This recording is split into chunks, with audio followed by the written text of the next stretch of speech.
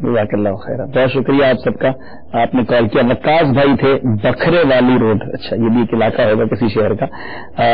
ایک امام صاحب ہیں, اجارہ لیتے ہیں امامت کا, اور پھر وہ پیسے ماشاءاللہ وہ راہ خدا میں دے دیتے ہیں. سوال یہ ہے کہ امامت کا ثواب بھی ہے, پھر جو راہ خدا میں خرچ کرتا ہے اس کا بھی ثواب ملے گا انہیں. دیکھیے پہلے تو فقہاء کے درمیان یہ بحث مارکا تو آرا رہی کہ آیا کہ نماز پڑھانے پر اجرت لینا جائز بھی ہے یا نہیں. ٹھیک ہے. فقہاء نے طے کیا کہ اس کے جواز کا حکم دیا جائے گا, اس لیے کہ یہ ایک بنیادی ضرورت کو پورا کرتی ہے. ٹھیک ہے. اگر ائمہ نہیں ہوں گے تو نماز کا جو نظام ہے وہ معطل ہو کر رہ جائے گا. اجرت مقرر کر دی گئی, لیکن اب جو دو باتیں یہاں پر, ایک نماز پڑھنے کا عمل اور ایک پڑھانے کا عمل. ٹھیک ہے. اب پڑھانے میں جو دشواری اور مشقت ہے, وقت کی پابندی ہے, اور تمام معاملات ہیں, اس کا جو ثواب ہے وہ ثواب بہرحال نہیں ملے گا کیونکہ وہ اس کی اجرت لے رہا ہے. ٹھیک ہے. اور اگر یہ پیسے ہی خرچ کرتا ہے تو جس طریقے سے دیگر حلال آمدنی کوئی شخص مصارف خیر میں خرچ کرے, صدقہ اور خیرات کرے, نیکی پر خرچ کرے, اس کا ثواب بلا شبہ پائے گا. اور یہ جو مطلب کہ نوکری ہے, جب تمام تقاضے پورے کیے جائیں اس کے, تو اس کی جو آمدنی ہے بلا شبہ اعلیٰ درجے کی حلال آمدنی. ماشاءاللہ ماشاءاللہ. عرفان بھائی تھے جناب والا سے, انہوں نے یہ کہا تھا کہ وقت پر اجارہ کیا. جی ہاں, یہ بھی جملہ میں کہا تھا, وقت پر اجارہ نہیں کیا, امامت کا اجارہ کیا, اس طرح کا کچھ. اچھا, وقت پر اجارہ نہیں کیا, شاید ان کے ذہن میں وہ وقت پر عمل والا مسئلہ. جی. تو عمل کے اعتبار سے میں نے جواب دیا ہے. ٹھیک ہے. اگر یہ کوئی ڈائریکٹ امامت کا بھی اجارہ کرتا ہے تو کر سکتا ہے. اس پر یہ لکھا ہے فقہاء نے کہ وہ اپنا وقت پر اجارہ کرے. ٹھیک ہے. کہ بھائی صبح کے ٹائم میں آدھا گھنٹہ, ٹھیک ہے, 1 بجے سے 2 بجے تک کا 1 گھنٹہ, عصر سے عشاء تک اتنا وقت بن رہا ہے, اتنے گھنٹے میں کام کروں گا, ٹھیک ہے, جو چاہے مجھے کام دے دیں. ٹھیک ہے.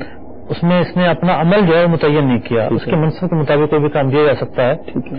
تو یہ وقت پر اجارہ کرنے کی صورتوں میں ثواب کے ملنے کی صورتیں ہیں. ٹھیک ہے. لیکن اگر کام پر بھی کوئی اجارہ کرے گا تو گناہ جائز ہے نا. ٹھیک ہے. وقت پر اجارے میں کام آپ فرمارے ثواب کی بھی صورت ایک بن جائے گی ماشاءاللہ.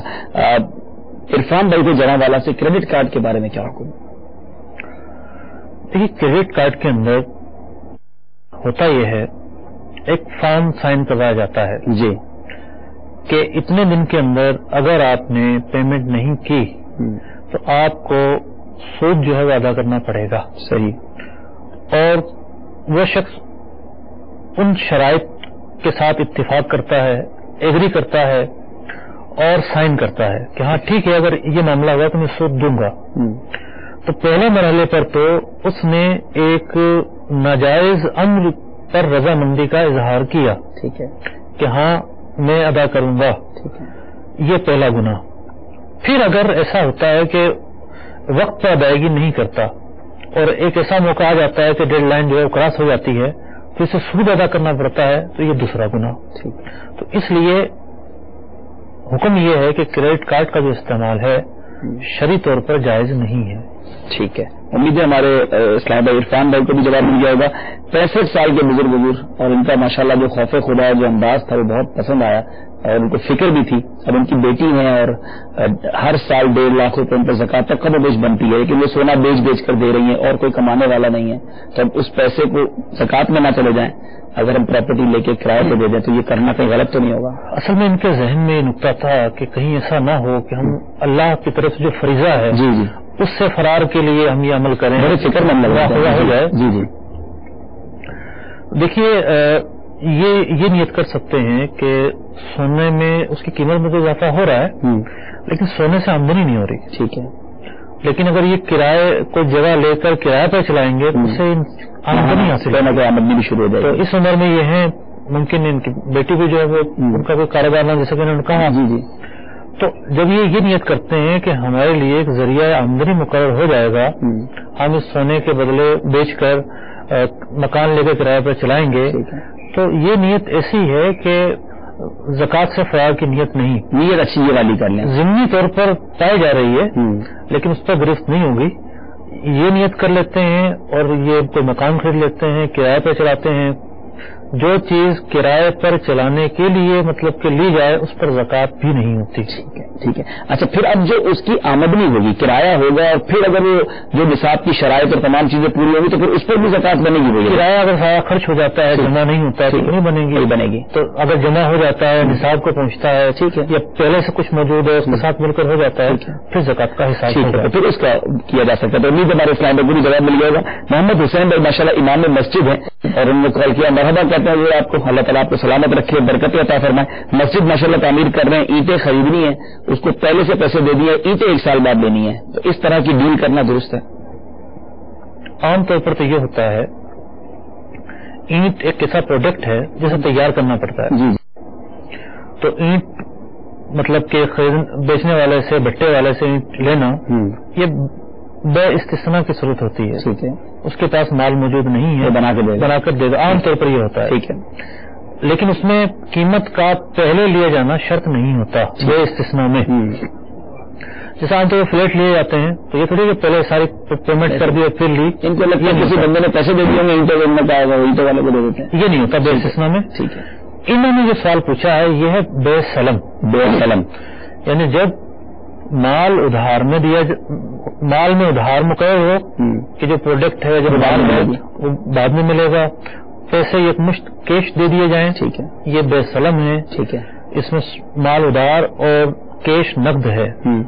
بے سلم کی 12 کے قریب شرائط ہیں. اچھا. اس کے جائز ہونے کی. اچھا. ہم نے ایک سلسلے میں بالکل آپ نے بیان کیا تھا اور اس میں سے ایک بنیادی شرط تو انہوں نے پوری کر لی کہ یہ جو ادھار کی مدت ہے 1 مہینے سے زائد ہو. 1 سال ہے ان کی تو 1 سال ہے. ٹھیک ہے. دوسری شرط یہ ہے کہ سودا ہونے سے لے کر آخر تک وہ جو پروڈکٹ ہے جو لے رہے ہیں وہ مارکیٹ سے شارٹ نہ ہو. ٹھیک ہے. مارکیٹ میں ختم نہ ہو. ٹھیک ہے.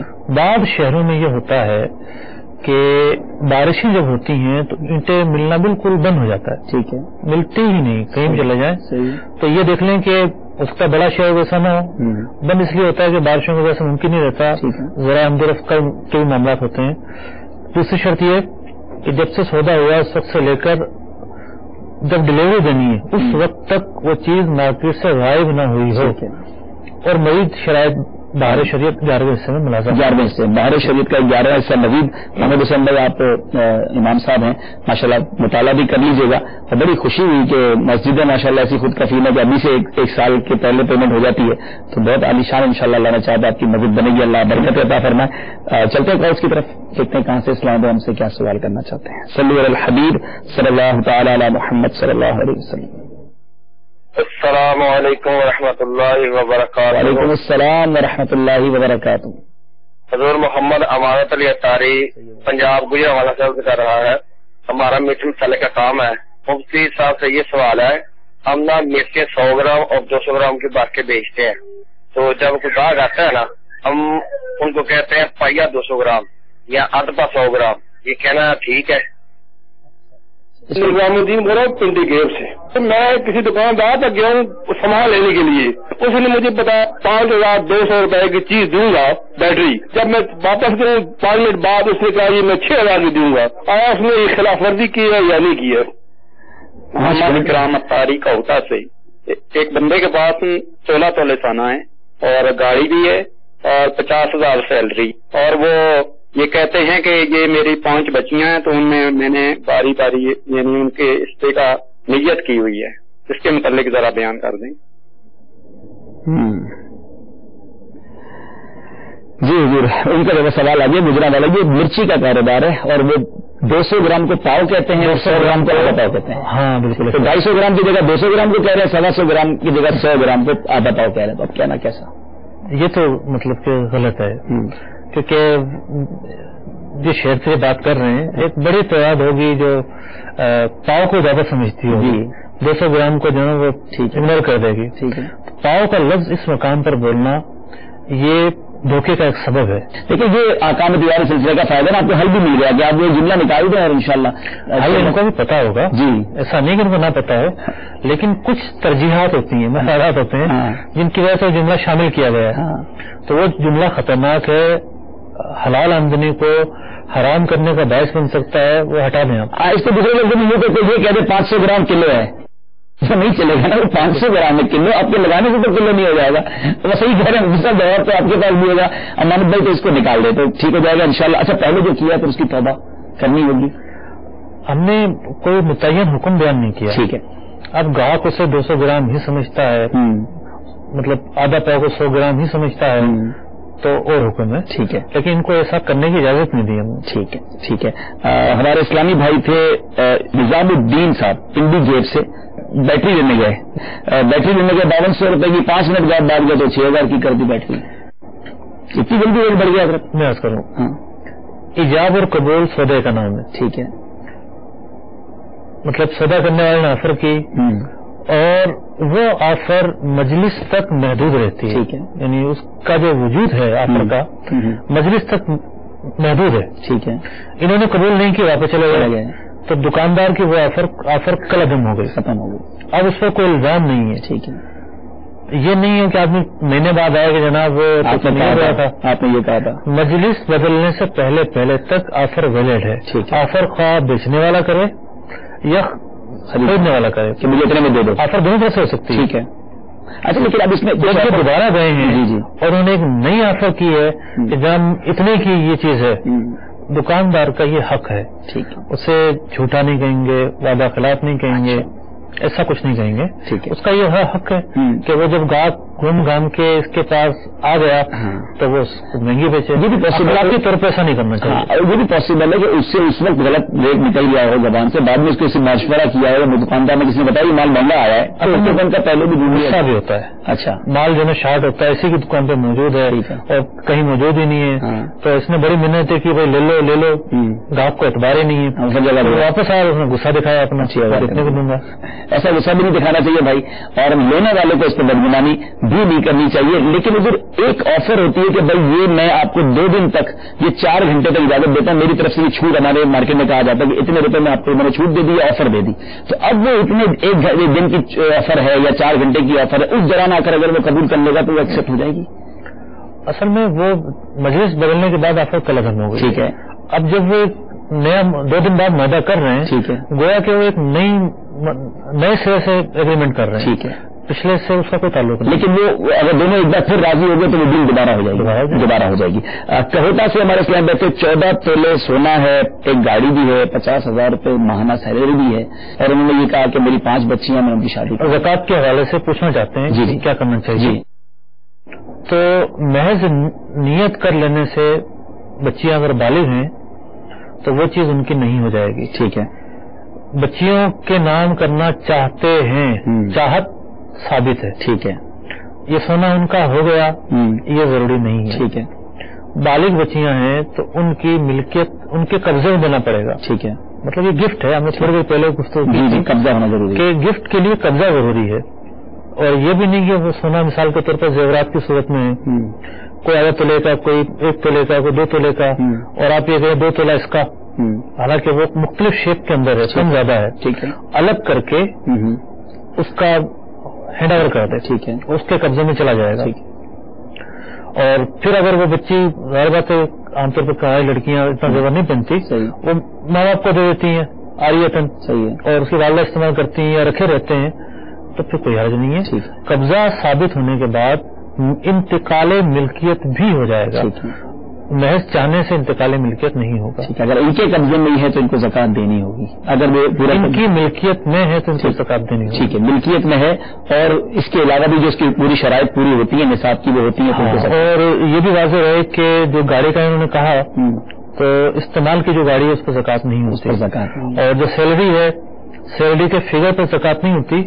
سیلری خرچ ہونے کے بعد بچتی ہے, سال پورا ہوتا ہے تو سال کے آخر میں دیکھا جائے گا کیا بچا, اس پر زکوٰۃ ہوگی. ماشاءاللہ ماشاءاللہ. امید ہے ہمارے اسلام کو بھی جواب مل گیا ہوگا. سلسلے کا وقت اختتام کی طرف ہے. آج بھی ہم نے بہت سارے موضوعات پر کلام کیا, رہنمائی حاصل کی. اینڈ آف دا سلسلہ یہ بات ہر بار بالکل واضح ہو کر سامنے آ جاتی ہے کہ ہمیں واقعی کوئی کام شروع کرنے سے پہلے کوئی بھی نئی چیز اگر ہمیں اپنی زندگی میں کرنی ہے اور نہیں بھی کرنی, لیکن ہمیں اس کا علم ضرور سیکھتے رہنا چاہیے. تو الحمدللہ دعوت اسلامی کے مدنی چینل کے ذریعے گھر بیٹھے آپ کو علم دین سیکھنے کا موقع ملتا ہے. ہمارے ہفتہ وار اجتماعات دنیا کے مختلف شہروں میں ہوتے ہیں، تو قریبی شہر جہاں بھی آپ رہتے ہیں معلومات کیجیے. دعوت اسلامی کا ہر جمعرات کو اجتماع ہوتا ہے، اس میں جائیے، وہاں علم دین سیکھنے کو ملے گا. پاکستان کے ہر چھوٹے بڑے شہر میں کم و بیش، ہمارے بڑے شہروں میں تو بالخصوص جامعۃ المدینہ قائم ہے. خود جامعۃ المدینہ میں جا کر داخلہ لے لیجیے، ورنہ اپنے بچوں کو داخل کرائیے، عالم بنائیے، تو انشاءاللہ علم دین اس طرح پھیلتا چلا جائے گا. دارالفتہ اہل سنت سے رابطے میں رہیے. الحمدللہ احکام تجارت ہر اتوار کو ہم لے کر حاضر ہوتے ہیں، اور ہر منگل کو رات تقریباً 9:15 بجے براہ راست ایک سلسلہ ہوتا ہے دارالفتہ اہل سنت. اللہ تعالیٰ سے دعا ہے مالک کریم شریعت کے تقاضوں کے مطابق روزی کمانے کی توفیق عطا فرمائے، ہم سب کے رزق حلال میں برکت عطا فرمائے، اور رزق حرام سے ہم سب کو محفوظ فرمائے. آمین بجاہ نبی الامین صلی اللہ تعالی علیہ وسلم. رزق حلال دے مجھے اے میرے کبریا، دیتا ہوں تجھ کو واسطہ تیرے حبیب کا. صلو علی الحبیب صلی اللہ تعالی علی محمد. ابھی جو سلسلہ آپ نے ملاحظہ فرمایا اس کے بارے میں اپنے تاثرات اور مدنی مشورے 03012612 پر SMS یا feedback@madanichannel.tv پر میل کر سکتے ہیں.